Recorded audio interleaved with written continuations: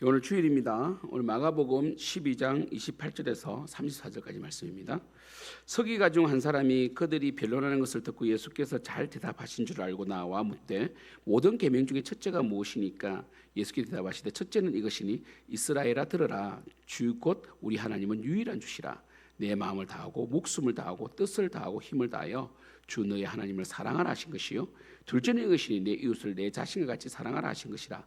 이보다 더 큰 계명이 없느니라. 서기관이 이르되 선생님이 옳소이다. 하나님은 한 분이시요 그 외에 다른 이가 없다 하신 말씀이 참이니이다. 또 마음을 다하고 지혜를 다하고 힘을 다하여 하나님을 사랑하는 것과 또 이웃을 자기 자신과 같이 사랑하는 것이 전체로 드리는 모든 번제물과 기타 제물보다 나으니이다. 예수께서 그가 지혜 있게 대답을 보시고 이르시되 내가 하나님의 나라에서 멀지 않도다 하시니 그 위에 감히 묻는 자가 없도다.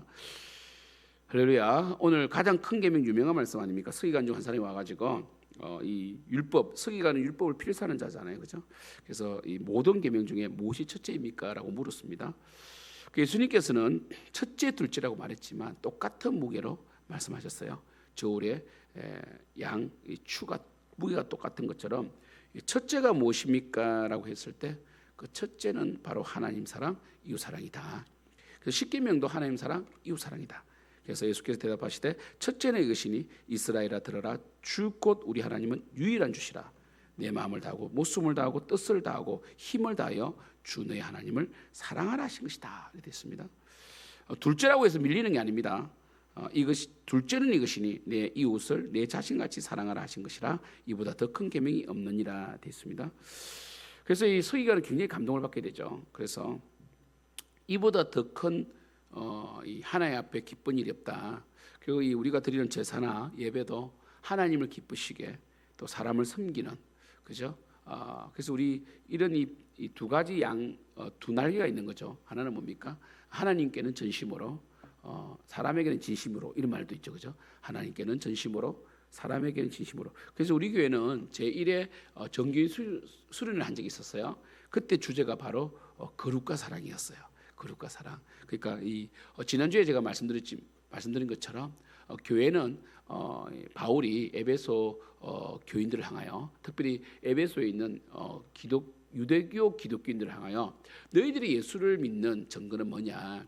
우리처럼 뭐 술 먹지 마라, 담배 피지 마라 이런 행동 부분이 아니라 유대인들은 굉장히 경건하기 때문에 사실 외적으로는 손댈 게 없는 사람들입니다. 그래서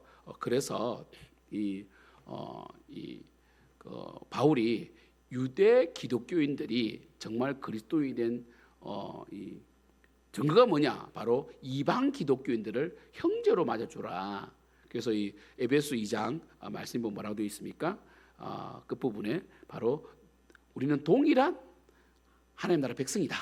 동일한 가족이다. 영적 가족이다. 그리고 동일한 성전 안에서 지어지는 돌이다. 똑같은 돌이다. 이렇게 말했다고요. 그렇죠? 굉장히 강력한 이 설득이 있는 이 복음이죠. 설득을 주는 복음 아닙니까? 근데 유대인들 그걸 받아들였을까? 과연 근데 이방인들에게는 또 후반부에 보면 이방인들에게는 경건하고 단정하게 생활해라. 너희들이 기독교인이라면 율법을 지켜서 어렵게 되는 건 아니지만 하나님의 성령이 우리 속에 거하시면 우리는 성령의 전이 된다. 그래서 음행을 피해라. 성령께서 거하시는 전은 이 성령이 거하시잖아요. 그래서 우리 아시다시피 고린도서에 보면 어떻게 우상과 성전이 함께하리요.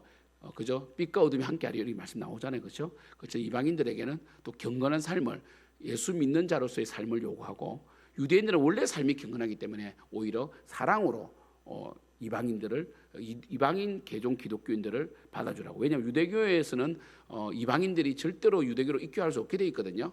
그죠? 그렇기 때문에 이 부분은 굉장히 파격적이었거든요. 예수님께서도 분명히 말씀하시는 거죠. 하나님 사랑, 목숨을 다하고 뜻을 다하고 힘을 다해 주 너희 하나님을 사랑하라 했고요. 두 번째로 내 이웃을 내 자신같이 사랑하라. 그러니까 내 자신보다 더 사랑하라고는 하지 않습니다. 왜냐하면 그것은 사실 이율배반적이고요. 우리가 우리의 몸을 얼마나 극진히 아끼고 사랑하는데 우리의 몸보다 이웃을 더 사랑하는 경우는 거의 없다고 봐야 돼요. 사실은요. 그렇게 말하는 사람은 사실 믿을 수가 없죠. 그게 됩니까? 사실은 가끔씩 부모님들이 이제 아가파오적인 사랑으로 정말 자신을 위해서 신장을 떼주기도 이렇게 하죠. 그죠? 내가 살 날이 얼마 안 남았는데 신장을 떼줄게 이런 경우도 있겠지만 사실은 쉽지가 않죠, 그죠? 그래서 예수님께서 가끔씩 선인은 있다고 그랬어요. 선인은 가끔씩 선인이 있다고 그랬어요. 그러나 이 형제를 위하여 죽는 자는 드물다 이렇게 말씀하셨거든요. 그래서 이 19절에 결국 이 하나님 사랑이 나오는데 이제 거룩으로 이제 이 표현될 수 있죠. 하나님이 하나님 우리가 사랑이라는 말을 할 때 제가 지금 이 사랑의 윤리에 대해서 지금 이 THM에서 공부를 하고 있는데 이 사랑을 이제 이 사랑이란 것들이 이제 우리가 이 뭔가 이 하나의 개념을 잡으려면 우리 머릿속에 이 비교 분석을 하게 돼 있다고요. 그러니까 어찌 보면 제가 생각하는 사랑의 크기와 여러분이 생각하는 사랑의 크기가 다를 수가 있어요. 왜냐하면 우리는 경험을 통하여 비교 분석하고 은유를 통해 표현하거든요. 그렇잖아요. 그 대상에 따라 또 사랑이 달라지기도 하고 하니까 이 하나님에 대한 사랑, 이제 우리가 일반적으로 그럼 우리 사랑한다면 입술로만 되는 건 아닌 건 맞잖아요, 그죠? 우리는 사랑한다면 반드시 거기에 대한 행동이 나오게 돼 있거든요, 사랑에 대해서. 그래서 뭐 필요를 채워준다든지, 아니면 늘 섬세하게 이 관심을 가진다든지, 아니면 격려를 해준다든지, 아니면 지지를 해준다든지 이런 어떤 행동이 나오죠, 그죠? 또 물질적인 어떤 이 코이노니아가 일어난다든지 이런 어떤 이 하나님의 사랑에 대해서는 분명한 우리의 행동이 나타나는데 문제는 뭡니까? 사랑은 내가 사랑하는 자가 사랑한다고 되는 것이 아니라 사랑의 대상이 무엇을 원하는지를 알아야 사랑이 되는 거거든요. 그래서 스토커도 사랑이라 그래요. 그런데 사랑을 받는 자는 그 사람이 사랑이 싫은 거예요. 눈빛도 싫고 계속 보디가도 싫다는 거예요. 나는 네가 나를 사랑하기 싫다는 거예요. 그래서 사랑은 뭡니까?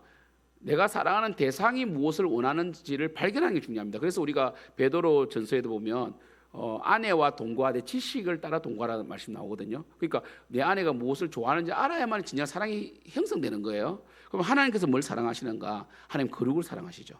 하나님은 거룩하신 하나님이시잖아요, 그죠? 그래서 하나님은 거룩과 사랑이 딱 함께 딱 결합되어 있잖아요, 그죠? 그래서 이 사랑과 정의라는 또 책이 있어요. 그게 또 교재인데 거기서는 그런 이야기를 하죠. 과연 이 사랑과 정의는 함께 할 수 있을까? 그러니까 우리가 늘 이제 이 딜레마 아닙니까? 그러니까 이 법을 지키려고 하다 보면 냉정하게 판단해야 되는데 때로는 여기에서 약간의 허용치가 있잖아요. 그 사람에 대한 어떤 상황이나 이런 걸 통해서 용서라는 게 또 있을 수 있단 말이에요. 그래서 사랑과 정의는 함께 할 수 있을까 이런 거 있잖아요. 그래서 정의를 말하면 사랑이 없고 사랑을 말하면 정의가 없는 듯한 이런 느낌. 근데 그게 이 기독교 안에는 가능하단 말이에요.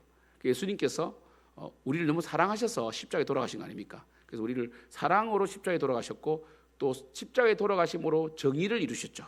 그렇죠? 이게 중요한데 하나님께서 우리에게 주신 계명의 핵심은 하나님을 사랑하라는 겁니다. 그건 일방적인 우상을 숭배하듯이 맹목적인 사랑이 아니라 인격적인 사랑이고요.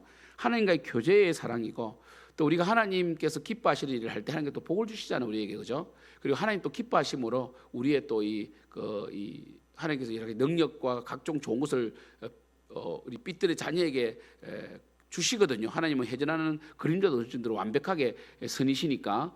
그러니까 우리가 하나님과 인격적인 교제 가운데서 경험적으로 하나님 사랑해 가는 거예요. 그리고 우리는 하나님이 무엇을 기뻐하는지를 알아야 된다는 게 중요합니다. 우리의 일방적인 사랑이 아니다. 어떤 사람은 저번에 그 대구에서 그런 일이 있었잖아요. 그 사람은 예수님이 너무 사랑해서 몰핀인가 마약성 진통제를 먹고 십자가에 달려 죽었어요. 그러니까 동굴에서 정말 어떻게 죽었는지 몰라. 마치 누군가가 달아줬다고 할 정도로 이 사람이 그냥 이 동굴에 십자가를 세워놓고 자기가 스스로 들이를 받고 마지막 한쪽 손은 들이를 어떻게 받은지 몰라요. 그래서 공범이 있다 이러는데 그래 죽었어요. 하나님이 과연 그러면 예수님처럼 십자가에 달려가지고 이게 막 들이를 손에 받고 이래가지고 피를 흘려서 과다출혈로 죽는 걸 좋아할까요? 그는 하나님이 이렇게 하면 자기를 사랑한다고 생각할 거예요. 하나님은 정말 그거 싫어하거든요. 하나님은 인신제사나 이 자녀를 몰래게 해줘서 불 가운데 지나는 것을 가정스럽게 생각하고 진짜 금지하셨거든요. 그런데 내 자기만의 잘못된 사랑으로 그렇게 행동한다면 이건 말도 안 돼. 이건 사랑이 아니죠, 그죠?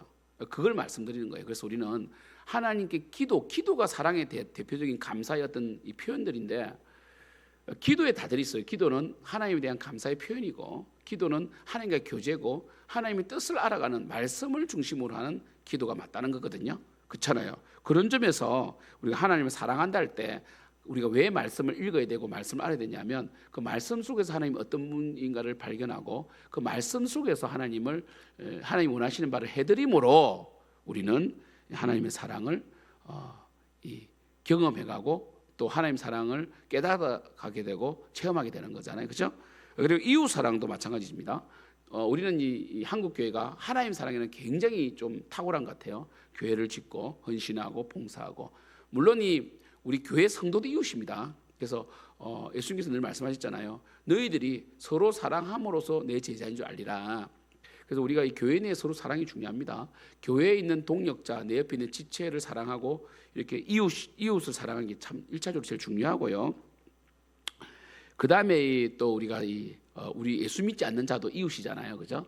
이웃에 대해서 늘 구제를 하고 호의를 베풀고, 이 하나님의 그 선물로서 우리는 하나님의 선물 아닙니까? 그들에게 선물이 되고 또 그들에게 또 사랑이 되고 기쁨이 되는 그런 삶을 살아야 된다는 거죠. 사실 쉽지는 않습니다, 이웃을 사랑하는 것. 그래서 우리가 늘 이웃에게 악을 행하지 아니하고 또 할 수 있으면 또 선을 행하는 것 중요하고요.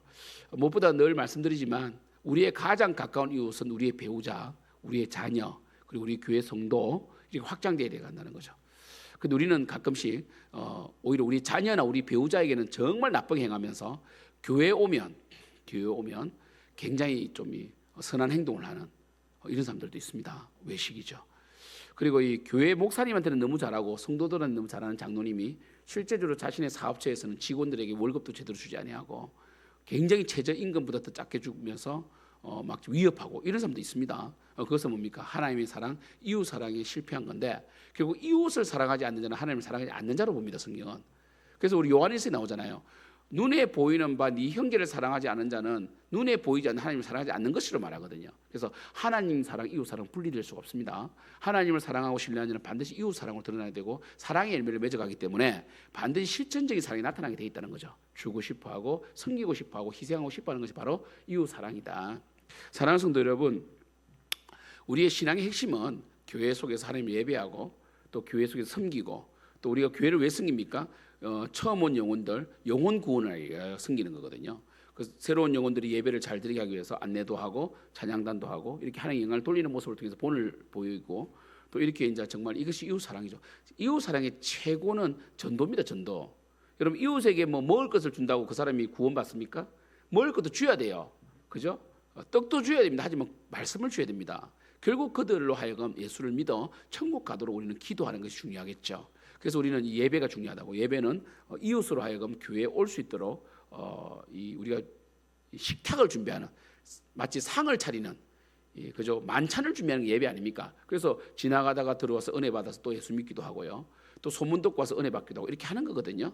우리가 이렇게 정말 하나님을 섬겨가는 것이 중요하다. 첫째.